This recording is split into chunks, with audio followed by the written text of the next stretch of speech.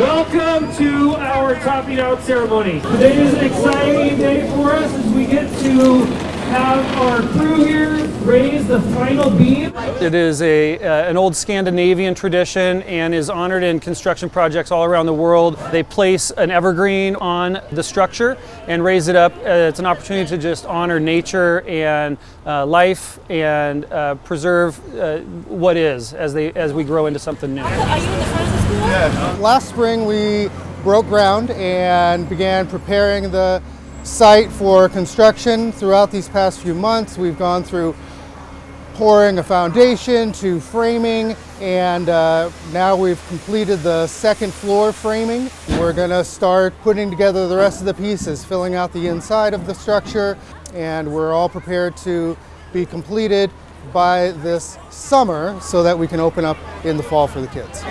The families, the community, the kids are all very excited, looking forward to getting into a brand new building. If you could join me, give a big round of applause for our construction crew as they're going to go ahead and raise this thing up. This building that they are in now is one of the oldest that we have in the school district. While it's served our community well, we're ready for a 21st century building for 21st century learning.